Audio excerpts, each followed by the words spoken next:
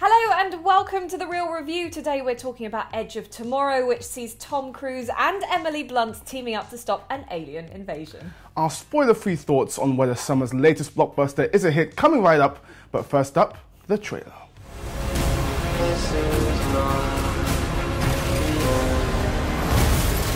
No matter what I do, this is as far as you go.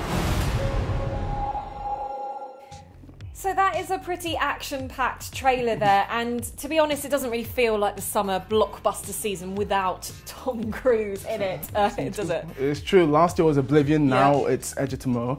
Basically, he stars as sort of a inexperienced officer. This is in the near future where Earth is under an invasion, as it always is in summer.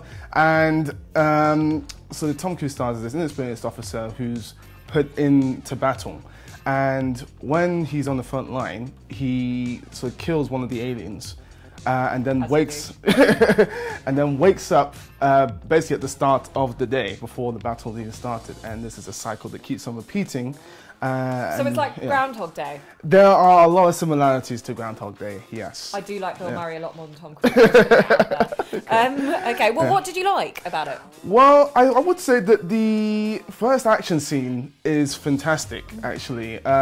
You sort of see them go on the front line, and they are wearing sort of exosuits, which have like machine guns and everything. It looks really, really cool. And the first time you see it, it's really cool. But obviously, the whole premise of the film is that the day keeps on recycling. So you see variations of that same scene a lot in the film. And you know, it can't quite capture the same awe that you do the first time. And the action is entertaining throughout, but it never reaches a point which is better than that. So kind of repetition is not key in this film? No, but that's the whole premise of it. It's all about repetition. Yeah, I mean, I like that sort of the badassery of Tom Cruise and Emily Blunt as well. He's like 50 now, right? Yeah, he's crazy, right? Yeah. And he's still doing this thing. He's very cool. Emily Blunt is very cool in this. And they sort of play the action for humor as well, because let's say, for example now, if he's running in battle and he gets hit by a car, he's dead, and it goes right back to the beginning, so he needs to run faster in that moment to avoid getting hit by the car to stay like that sort of thing. Trial and error. Yeah, exactly. and they play it for laughs, and that's quite fun. I enjoyed that. But yeah, it's just, it could have been so much more, I think. This feels like a bit of a meh kind of film for you.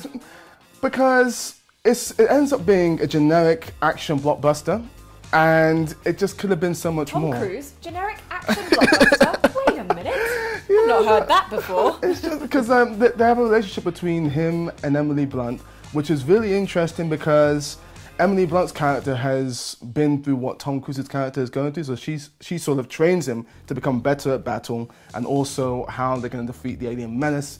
She's the person who's basically training Tom Cruise and all that, and that's interesting. And they could have really mined that more than they do. Like they skip over sort of big moments, which should be big deals, and they just sort of skip over that, and then we find out about it at a later point, which I was disappointing. Then also, Tom Cruise at the beginning of this film, he's a bit of an asshole, which is interesting because... What's your language? Because he's an inexperienced officer who's sort of the PR guy, and he doesn't really want to be on the front lines at all. And that, I thought, was very interesting. And they start off with that. And before long, Tom Cruise is the Tom Cruise we all know. And it's just like, you haven't got that zero to hero arc, because you don't really do that very well. You haven't got the really mind the emotional depths of the Emily Blunt Tom Cruise arc, which means that you're left with a generic blockbuster for most of the runtime. And how bored are we of those? Yeah. Amon, you know, it does seem like a bit of a meh kind of film. I'm not sure if I'm going to necessarily be rushing out to go and watch this, but what would you say is the real deal? Should these lovely people at home spend their hard-earned cash on it? I would say, I mean, it is still fun. So it's a fun, entertaining blockbuster, but it's nothing that you haven't really seen before. So yeah, if you're a Tom Cruise fan, I think that you'll enjoy it, for sure. I'm not a soldier. Of course you're not. You're a weapon.